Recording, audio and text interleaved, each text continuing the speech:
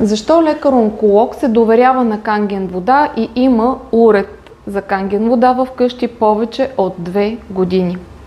Здравейте, аз съм Доля и моята мисия е да пробудя хората и да им дам информация за водата на достъпен език.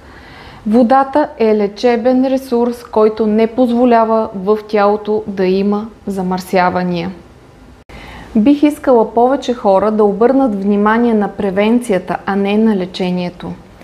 В коментар по това видео ви споделям отзив на моя клиентка, която разказва за една дама, лекар-онколог, че ползва уреда за Канген вода в къщи повече от 2 години. Представям си какво е ежедневието на тази лекарка. По цял ден с болни хора, на които раковите клетки виреят в киселинна среда. Това го знаем всички.